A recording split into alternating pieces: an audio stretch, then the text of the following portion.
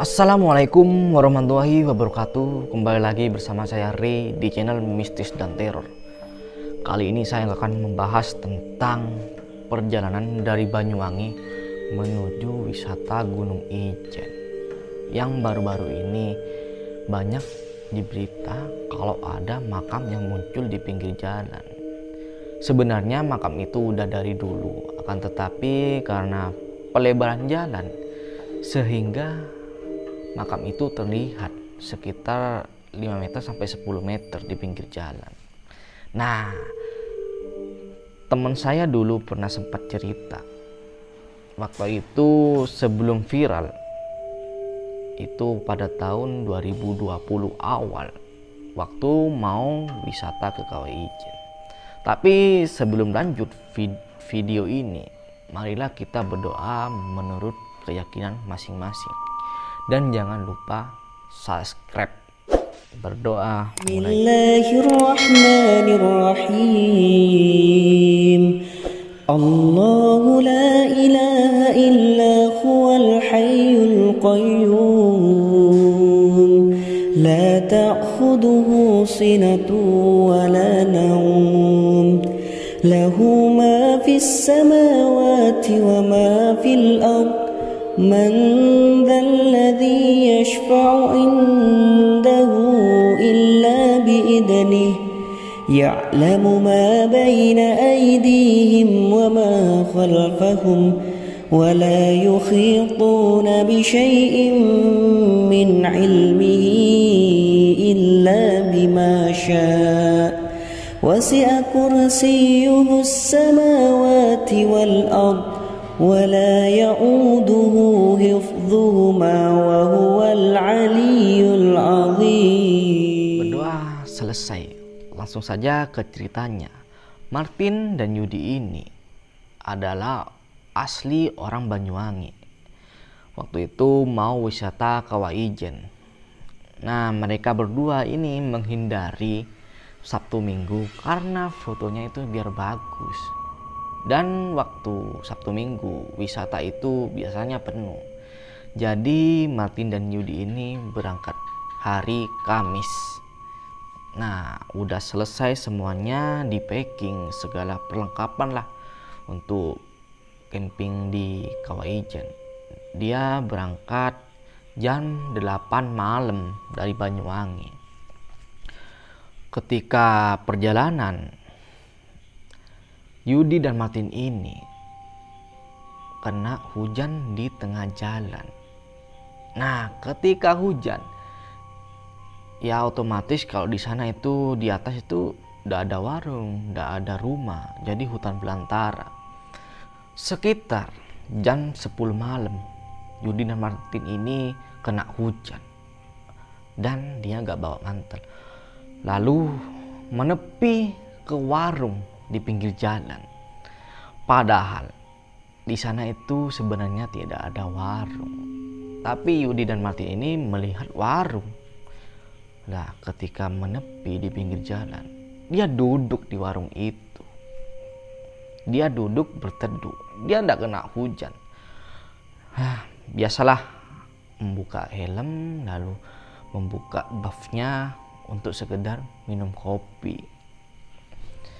Lalu di sana itu ada mbak-mbak yang menawarkan makanan tanpa memesan, mereka langsung disuguhi, ada kopi, ada makanan. Padahal Yudi dan Martin ini tidak memesannya, rencananya hanya memesan kopi. Bu, saya pesan kopi aja.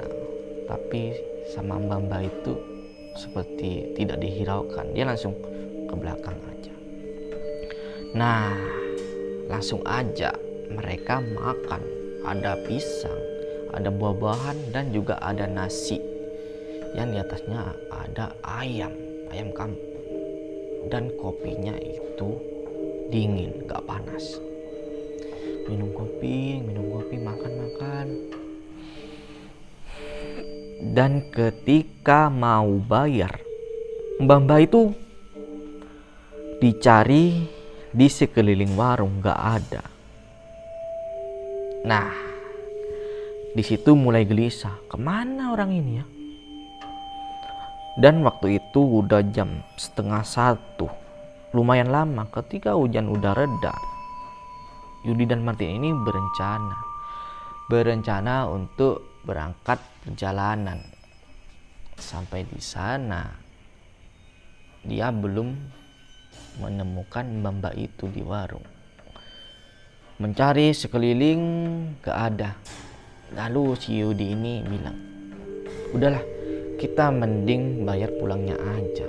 Kalau kita nunggu sampai pagi, otomatis kita kesiangan. Dan juga mbak-mbaknya mungkin lagi ya kemana gitu, mungkin jalan-jalan di sekitar sini. Akan tapi itu mustahil untuk jalan-jalan. Lalu Martin ini, ya udah kita pulangnya mampir di sini aja untuk bayar semuanya ini. Mungkin habisnya lah sekitar 50 ribuan. Langsung aja berangkat ke wisata Kawaijen. Berangkatlah, pakai helmnya lagi. Sampai di Kawaijen sekitar jam 2 lewat. Yudi ini bingung sama buffnya. Dan teringat kalau buffnya itu ada di warung itu. Nah, ya udahlah, naik wisata seperti biasa. Dan sudah selesai di Kawaijen, foto-foto udah dari puncak. Yudi ini jam 10 siang sudah di parkiran. Nah, mau turun lagi ke Banyuwangi lewat jalur itu lagi. Tapi Martin mengingatkan sama Yudi, nanti di warung itu jangan lupa ya, kita bayar. Nah, Martin ini ingat kalau ada pohon besar yang dikasih kain dikelilingi seperti diikat. Nah, di dekat situ warungnya. Aduh, ya udah nanti jangan lupa pokoknya ya, kita bayar. Ketika udah turun sekitar jam 11 siang, si Martin ini bilang Yudi, Yud, ini pohonnya. Nah, pohon, iya ini pohonnya. Nah, lalu mereka berdua berhenti di bawah pohon itu yang diikat dengan kain. Akan tetapi ada yang menjanggal di sini. Warungnya itu gak ada. Lalu mereka berdua cekcok. Nah, mana warungnya? Pohonnya ini, tapi warungnya mana? Nah, udah kayak mau bertengkar gitu tentang pohon itu. Aku ingatnya pohon ini. Nah, tapi gak ada warung di sini. Lalu Martin ini melihat buff yang Yudi tinggalkan ada di bawah, di dekat pohon itu.